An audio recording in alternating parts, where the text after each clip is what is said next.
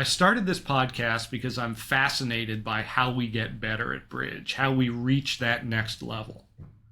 I'm talking with expert players about how they got where they are and what they do to continue honing their skills, to less experienced players about what they're doing to improve their game, and to experts in fields outside of bridge, like learning and expertise. If you're looking to level up your game, check out my classes on Learn Bridge Online. Mondays are about the expert thought process, and Thursdays are about declare or play. You can attend the classes live or you can watch the recorded replay. I'm looking forward to leveling up together.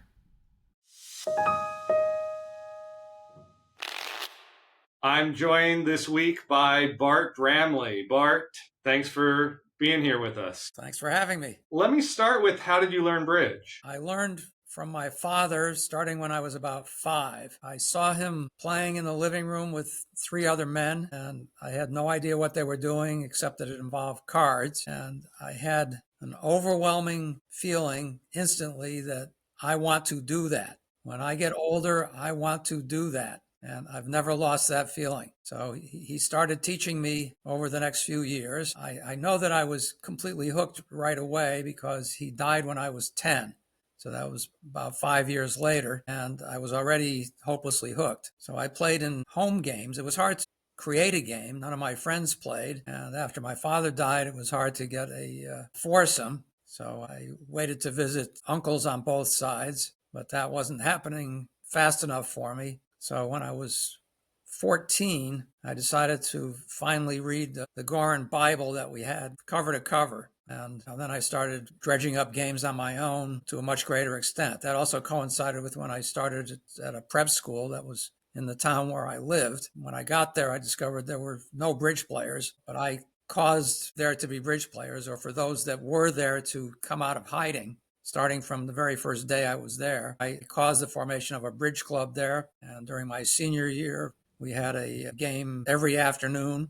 And then when I got to college, that's where it really began to happen for me, because college was bridge heaven. I went to MIT, and at that place, at that time, there were bridge players everywhere. I didn't play my first duplicate until the summer before I went to college. There was no game in my town, but I went up to the next town over and just arrived by myself. And the club director, who had known my father, agreed to play with me. I showed up every week after that, playing with him once or twice more and with various people that he fixed me up with for the rest of the summer. So even though I'd been playing for a long time at that point, that was my first exposure to duplicate. My father had a small but impressive bridge library that I read extensively when I was young.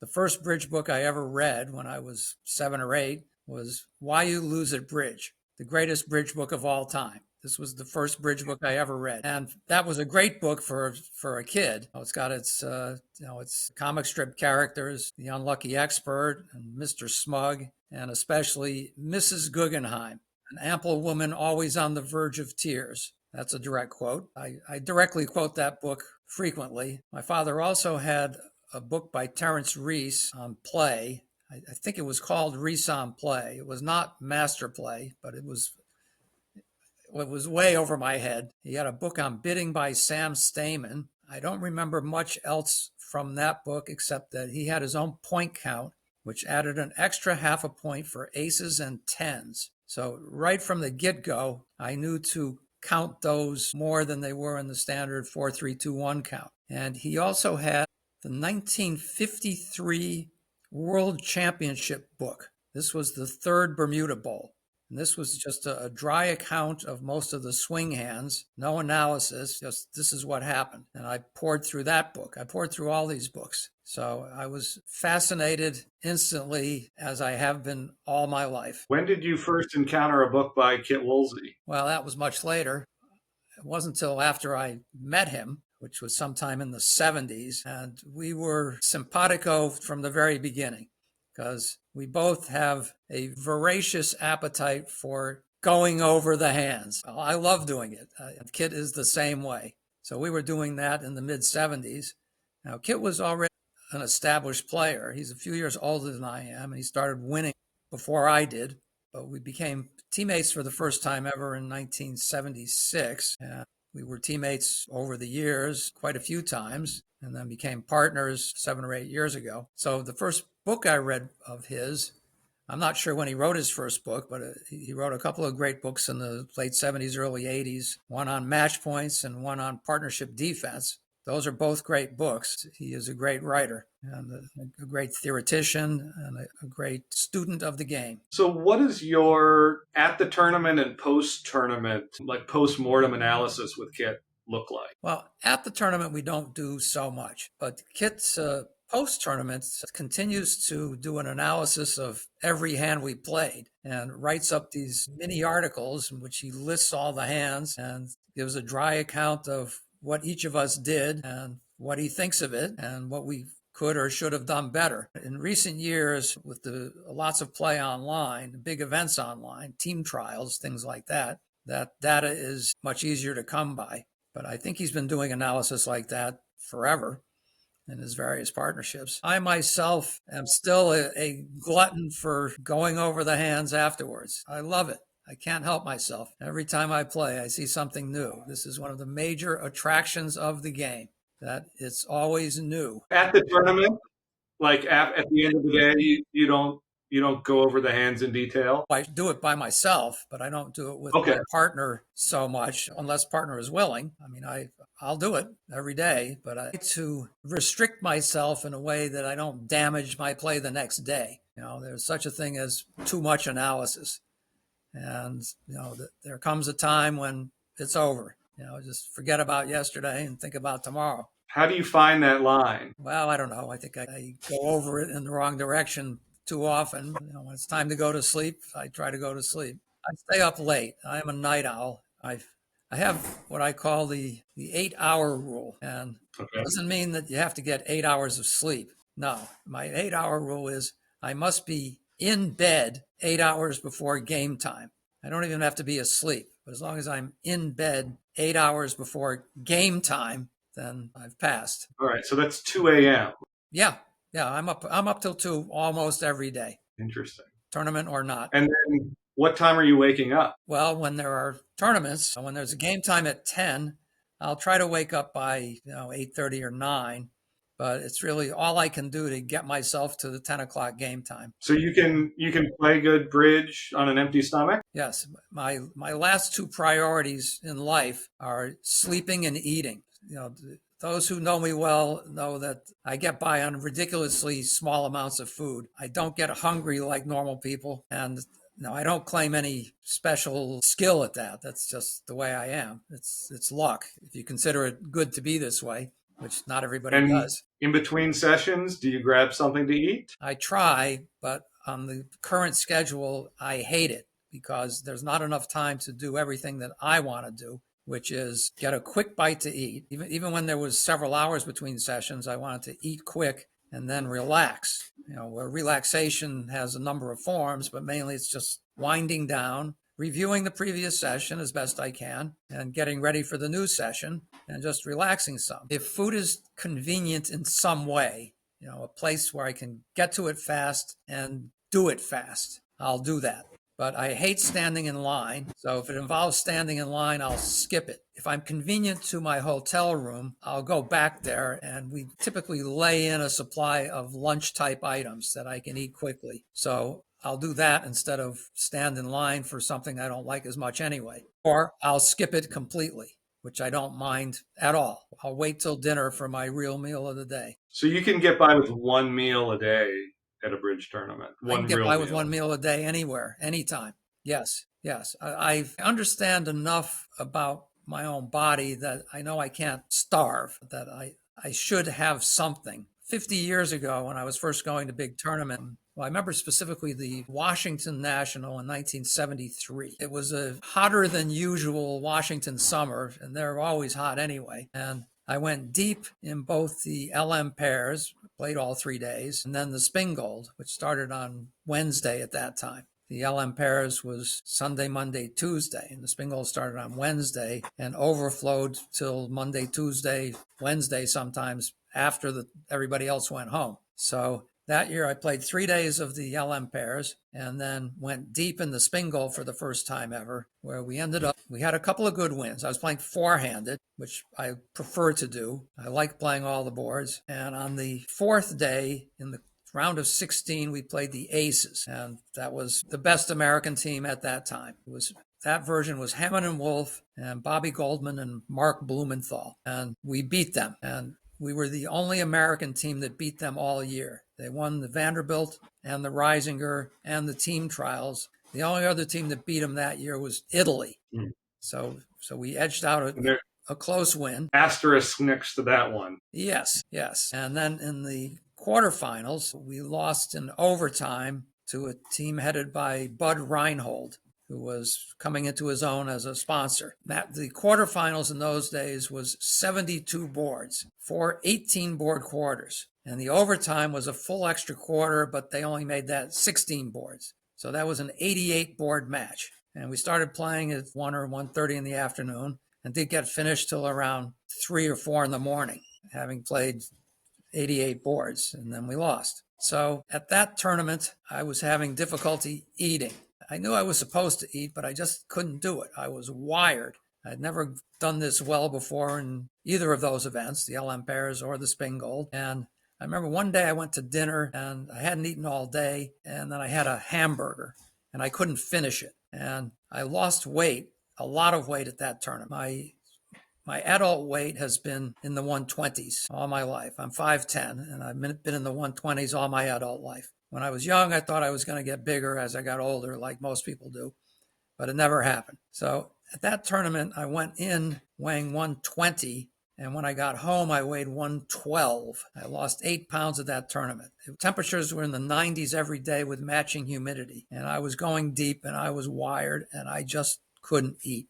But I got a terrible cold as soon as I got home, a really bad cold. And I told myself, well, this won't, if I'm going to go deep in these events, I've got to take care of myself. I've got to start eating. As much as I don't feel like eating, I better do it. So ever since then, I've been better about feeding myself at nationals. I also stopped staying up quite as late as I once did. There were times at nationals where I got some sleep after breakfast before the session, because the sessions weren't till 1 or 2 in the afternoon. So if I could stay up till breakfast and then get some sleep. So I stopped doing that. When you're on a 6-person team and you have to do some sitting out, do you ask to sit the first session out? I don't like to sit out at all. I will play the first session. My standard statement when I'm on a 6-person team is, I know I won't get to play all the boards, but I will never volunteer to sit out. You'll tell me when I sit out. It'll be a negotiation, but I want to play, and I want my teammates to feel the same way. I want to play with people that want to play.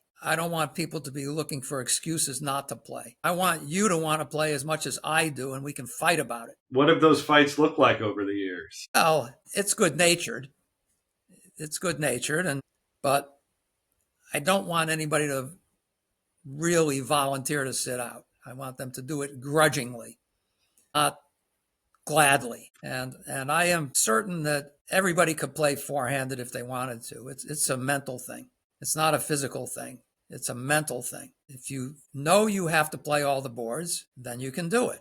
And when you're four-handed, then you know you have to play them all. So you don't think a 6-handed team and everyone's been playing 2/3 of the boards has an advantage over a 4-person team, like in the finals? No. After they've been playing tough bridge for a week? No? No.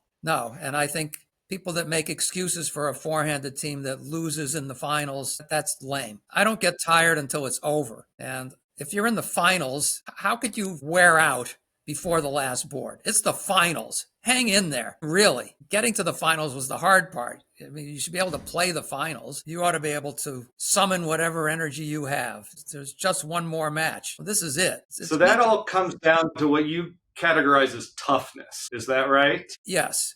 I've been working on what I call toughness since I was in college. So up through halfway through college, I was just trying to get better. I had no illusions that I could become a really good player. I just wanted to be better. And then somewhere during college, I came under the tutelage of Ken Levensold, who was the best mentor I ever had. He was a fully formed player when he got to college. He got to MIT when I was a sophomore. He came in as a grad student in math. He was going for his PhD in math. He's 1 year older than I am. He was there for 3 years and got his degree at the same time I did. I was 21, got my bachelor's. He was 22, got his doctorate. But when he arrived at MIT, when I was a sophomore, he was a complete player. Up until then, I was a card player, but not a bidder. I regarded bidding as something that got in the way before you could play the cards. And even before I came under his tutelage, I began to realize, well, I better pay attention to this other part of the game as much as I hate the idea of it. And then when I started paying attention to bidding, I found out, oh, this is okay. There's quite a bit here. And then Kenny showed up and he had a whole system. This was the first fully coherent system that I ever encountered, where the pieces hung together in a way where they complemented each other. And when he got there, he was a great player. Not only was he a great player, but he was willing to share his knowledge. He was aggressive about it, sharing his knowledge, and the importance of distribution and evaluating hands and many other things. How to think about the game differently. And he would write little articles and hand them out. I remember he wrote about redoubles one time. The math of redoubles. Yes. Redoubles are mainly a psychological bid more than a tactical bid. It's a macho thing. Redouble says business redouble. This is what I'm talking about, business redoubles. So it says, well, you double me, you're wrong. And then do you dare sit for it? So it goes back and forth that way. But he wrote about the math of redoubles, where there's a lot going for it, especially not vulnerable. If the only results are making or down one, the math is on your side if you redouble. If you make, you win a lot more than you lose if you go down one. Did he teach you fundamentals like visualizing the hand and counting hand patterns and squeezes and things like that? I don't remember that kind of teaching. I remember more learning bidding from him. Do you remember how you trained yourself to study spot cards and count out the hand and visualize the shape and things like that? No, it's a matter of concentration. Somebody wrote an article at one point that said that, you have to count and you have to pay attention to the cards. And they made the point that it's hard to remember what you don't see. Yes. So I've made a conscious effort ever since I read that. That was a good way to put it, that you have to watch the spots. You have to actually watch the cards. Like somebody shows out in fourth position. Follow, show out. What did they pitch? What suit did they pitch? I forgot. No. Well, so I drum it into myself to this day to mentally recount all the cards on a trick. Make sure I've got them before I put it away. And so it's a lot easier when you do that, and to keep track of the cards in the suit. I just, I have a very good memory. Obviously. But bridge memory is a little bit different. It's easier and harder. Remembering 52 things in a row quickly, that's a special skill, but it's not as hard as people make it out to be. It's not magic. You just have to concentrate on it, and there's things that are interconnected. It's not just like memorizing a bunch of random words or letters or a sequence of numbers. There's meaning attached to them, and the meaning helps you remember what they were. You and Kit play a pretty complicated relay system. Have you had any memory issues with it? Has that been an issue for either of you? No, we're both good at stuff like that. In the course of a year playing you and Kit, how many system mix-ups would you say you two have? Whether relays or just anything? A few. There's still stuff that I don't remember. He brought over a voluminous system when we started playing, 1,000 pages. I have still yet to read many hundreds of those pages. I stick to the stuff that's important. There's other stuff buried deep in there that never comes up. But this is a principle of system building that's important, I think, that you don't want to overload your memory with stuff that never comes up. Because then if it comes up and you screw it up, what's the point? If it's coming up once a year or once every 2 years. So the amount of system that you play should be proportional both to the length of your partnership and, well, it's proportional to several things. The length of your partnership is very important. Even if you are prepared to play a whole bunch of system with your current partner who's of the same mind, don't do it at the beginning. take it bite-sized pieces. And so, but you also have to cater to the willingness of your partner to do it. If you are a system freak and he's not, forget it. Just don't lay it on him when he doesn't want it. You want to cater to how much your partner can absorb. But when I get to invent the system myself, it's simple. It's the Bart system, and you and I, or anybody and I, can play this system in 10 minutes, and it'll be just fine. And the way I fill out a convention card is backwards. I start with defensive card. Unless you're a more aggressive bidder than I think you are, we're going to be on defense some of the time. And we better know our signals. And we better know our defensive philosophy. So that's the first thing I talk about, is defensive carding. And then I move up the back of the card, of the old ACBL card. The next most important thing is slam bidding. And by that I mean Blackwood. I like it. And I want to make sure we've got it down cold, my version of it, which is simple. The number one rule is it's always key card. If it is an ace asking bid, it's key card, because determining what the key suit is way easier than determining whether there is a key suit. So the answer to whether there is a key suit is yes. If your side has bid or shown any suits, one of them is key. Figure it out. And I continue up the back of the card because competitive bidding is more important than constructive bidding. When you finally get to the front of the card, I start with the 2 bids because they're more important than the 1 bids. And the least important part of your system is your no trump structure. There's a lot of people fill out the card, they get to the no trump structure, and they don't have time for anything else. Well, I'm the other way. And if we don't have time for the no trump structure, okay, transfers and stamen, let's go. When we talk about the difference between the very top echelon and then the next group of world-class players and then the group below them, how much of that do you think is bridge skill and how much do you think is what you call toughness, the mental coming to the table and playing your best? I think it's mostly toughness. Now, the top players are all tough. There's no doubt about that. I don't think there's a whole lot of technical difference in the top players. Now, it's possible that there are some players out there right now who are better than anybody else at technical parts of the game. Some people might argue for Klukowski, that he takes more tricks than anybody. Even you name your candidate for the best declarer, he's better. All right, that may be true. So it's possible that he takes more tricks than anybody. But it's a fine line. The difference between the greatest players from the not quite greatest players is it's intangible. They all have a tremendous will to win. Now take a player like Bob Hamman, my candidate for the greatest player of all time. And you've worked for him, or you Yes, did for a long time. I worked for him for 20 years. Yes, he was there for me when I needed a job. I've had 3 careers. First, I was a programmer when programming was the primary occupation for bridge players, and coming out of college in the late 60s. I'm too young to have been a lawyer. That was the original profession. And then I became an options trader in the 80s when that became the profession. And that went south on me around 2000. I was looking for a job and I didn't know what to do, and Hamman was there for me. I wasn't even asking him for a job. I called him up one day to see if he could help me out on this other job that I was trying for, where I knew that he knew the guy that I wanted to hire me. But at the end of the call, he hired me instead. I never went to that other job. So he's great that way. He's a brilliant man and a wonderful man. I characterize that facet of him as he takes in all the strays, and he's been doing that for a long time. Now, his reputation as a player, I think, is mainly technical. 3-0 trump. He'll take more tricks than anybody. He has insights on defense that nobody else has. He's a bidding theorist. So I think most people have an impression of him as mainly a technician. I guarantee you that he's as tough as anybody that's ever played the game, that his psychological game is without peer. That's how you win all those things that he's won. It takes that. The best players of any game all will start with a powerful technical foundation.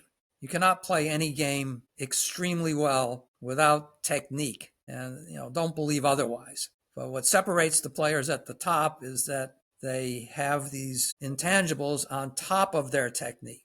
This is what separated Michael Jordan, say, from everybody else. He was an incredibly skilled player, but on top of that, his will to win knows no bounds. He would drive his teammates. He would practice hard So that's a tough combination to beat. Do you think that that's innate, or is that something you can work on? Both. I think we all have it, but I know that I've been working on it ever since halfway through college. So I got halfway through college and I realized that I was a better player than I ever thought I might be, but I had to work on my game. And so my card play game was pretty good and my bidding was coming along, but I had to work on my intangible game, my toughness game.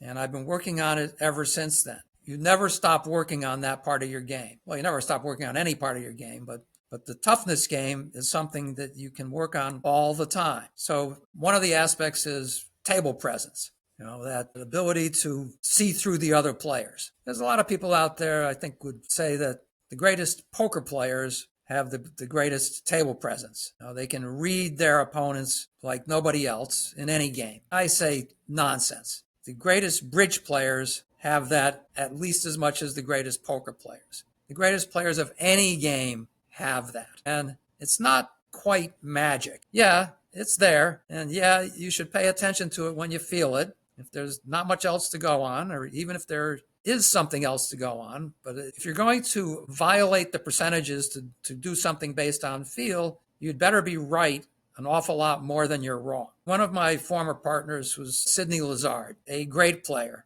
So I played with him for about 10 or 15 years, starting in the mid-90s. Sidney was a legendary player, and he was especially famous for his table feel. And he, like many players of his type, he had a reputation as a wild man. There's quite a few players like that. You got to watch out for them. They could be doing anything. And I can tell you, having played with him for many years, that while it's true he could step out from time to time, it wasn't nearly as often as his reputation would have you believe. That he was right down the middle most of the time. And I think most of the players with wild reputations, that's true. Players like Zia, and you can think of a few others. Most of the time, they're doing the normal thing. But they win a lot of points against players that think they're not doing the normal thing. So do you think that's a good strategy to get in people's minds of, you do something weird, sometimes and you get labeled as crazy? Sure. I think it's good to be labeled whatever you're not. I know this is true in poker, and it's true in anything. If you have a reputation as something that you're not, it will serve you well. Either if you have a reputation as a straight man and you're not, well, then you can take some shots and nobody will ever believe you. And it's the same the other way around. But Sidney was phenomenal at the percentage of his shots that landed. He didn't do it very often, but when he did, they landed. So here's one from the first time we played together. This was the Blue Ribbon Pairs in 1995. We were playing a simple system, and we got to the finals, and we'd been in good position throughout the event. But the first final, we were mediocre, so we really lost our hope to win the event. But in the second final, we were having a real good game. So we ended up third in the event because we had a really big final session. And during that session, we came up against Fred Stewart and Steve Weinstein. This was before they each went to their other partners. And they had a simple no-trump auction. 1 no, 2 clubs, 2 spades, 4 spades. And Sidney led the queen of clubs. And Fred asked me, what are your leads? And Sidney and I had agreed to play, 1952 standard defense. And I wrote on the card, Gorin. Nobody writes Gorin on the card now for anything, or if they ever did. But we wrote Gorin under defense. Ambiguous king leads, standard signals, 4th best against everything, nothing else. So Fred had a club suit combined in his 2 hands where he had the ace jack 10 8 times. So he was missing 5 clubs to the king queen. The opening lead is the queen of clubs. And he also had a trump suit that was 4-4 missing the queen. So he won the opening lead and decided to play Sidney for the long trumps because he led this obvious singleton club. And Sidney showed out on the second trump. And so we took a trick or two more than the field on defense. And in the fullness of time, Fred discovered that Sidney had queen third of clubs. And he fired out the queen of clubs for this specific reason, to mislead him how to play trumps, because he had a stiff trump. This was an amazing concept. But boom, he landed. And so when the hand was over, Fred Stewart said, I don't think Charles Gorin would have made that lead. So this is what I mean about picking your spots. If you're going to be out there, you better have a good percentage. But there's other things that I lump into toughness that have nothing to do with table presence. more to do with your attitude at the table. And a lot of them I lump into will to win. Well, everybody that does a lot of winning has it. It's hard to win a lot unless you really, really, really want to win. You see lots of people say, well, the reason we won was because I can't stand to lose. You see this all the time. All right, well, this is true of all the great players of any game. They really, really want to win. And hanging in there when things get tough, that should be easy. Not giving up. Not giving up until the last card is played. I mean, how hard can that be? Yet there are people that don't do it. Well, I have a story from way back about a pair event. This goes back to about 1968. I was living in Boston. They had a regional there for many years in the late 60s and early 70s. Premier event was the 3-session open pairs, and it was 2 qualifying and 1 final. The qualifying was on a 12 top, and then the final was on a 25 top. So I played in this event and didn't do too well, but I checked out who the winners were. And this year that I'm thinking of, the winners were Ralph Cohen, Billy Cohen's father, who was a big shot with the ACBL for many years, and he was playing with Buddy Marsh. They were a strong pair at the time. I saw that they had won the event by half a match point. And then I went over and looked at their scores. And I looked at their line score, and they were north-south, so I could read their scores in order. And I got to the end of their session and saw that their last 3 boards were 25, 25, 25 to win this premier pair event by half a point. Whoa! That made a major impression on me, that they must have thought they were out of it, but they hung in there. They hung in there to the extent that when they got 3 cold tops at the very end, they won. And ever since then, I have thought about a theoretical point in every pair event that I would call the elimination point.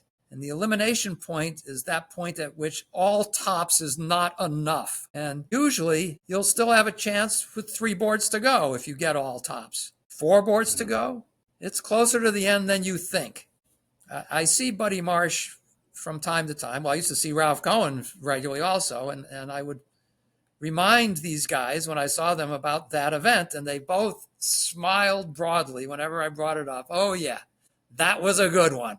So, I mean, that's the epitome of hanging in there. So these days, do you ever go into a match feeling like you're the underdog? No. No. I mean, on paper, I grant that I should be an underdog, but I assume that I will win every match I play. Now, here's one from a couple of years ago. In the Spingold in Providence, my team had a good run, and we made the semifinals. And we came up against the Zimmerman team. We played them tight for 3 quarters, but they handled us in the 4th, and then they won the event. So the following night, after the event, there was a bar across the street, Murphy's, where everybody hung out every night. And so I went up to them and congratulated them. Klukowski said something along the lines of, well, thank you, and you guys gave us a tough match, and I'm sure glad you didn't upset us. And I said to him, and I meant it, you've got that backwards. You upset us. And he kind of chuckled at that. But I was serious. So even though they're the number 1 seed or whatever. Or whatever. Right? That's right.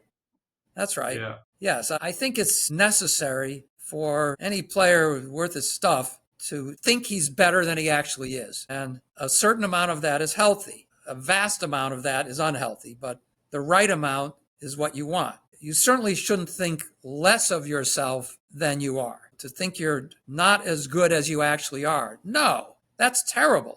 That's a terrible attitude to have. And ideally, you want to think you're somewhat better than you are. To have confidence. You want to have confidence in yourself. Of course. Yes.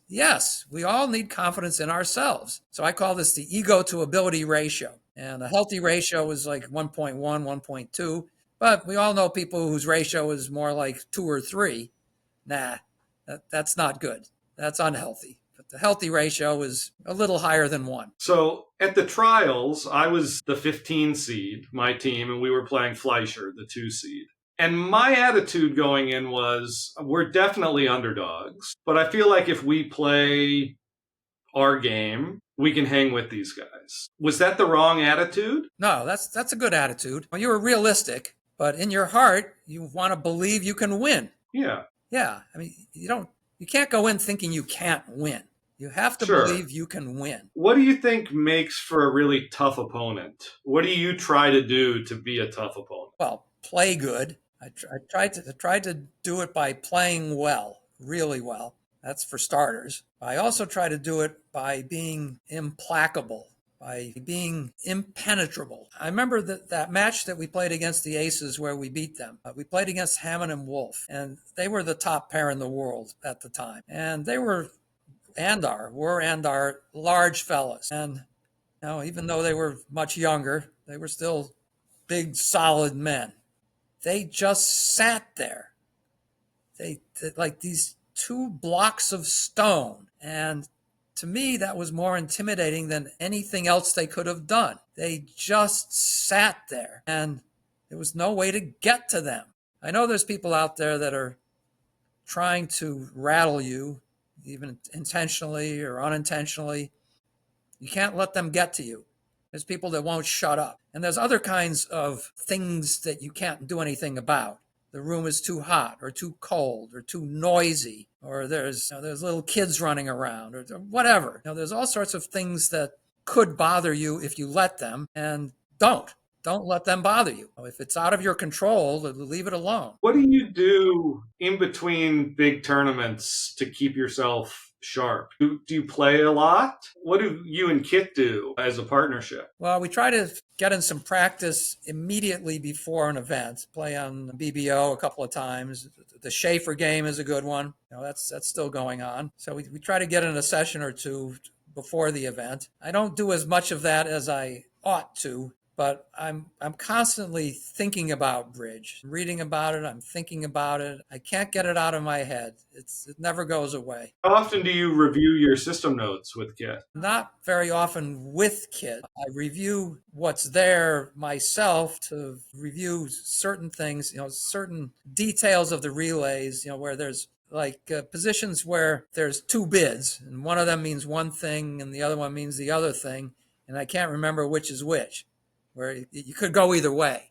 There's no mnemonic to help you there. So I try to review those to make sure I've got them nailed. So things along those lines. And some of the things that come up less often, but might come up. So I think we've reached the too comfortable stage of the partnership right now, where we're not reviewing things as much as we ought to. How many pages are the notes? Well, Kit's system is over 1,000, but that's Kit is very thorough. So of those 1,000 pages, how many are you responsible for actually knowing and playing? Well, I would say there's a few hundred that are the core, and those are the ones I study. And there's others that I'll look at from time to time to make sure that I've got them down. So most of the things we've been talking about today are things that anybody can do. No, you can't make a 1,000-page system. Not anybody can do that. But you can make a system that is compatible with your partnership's ability to absorb it. And you can learn your system, and you can play hard.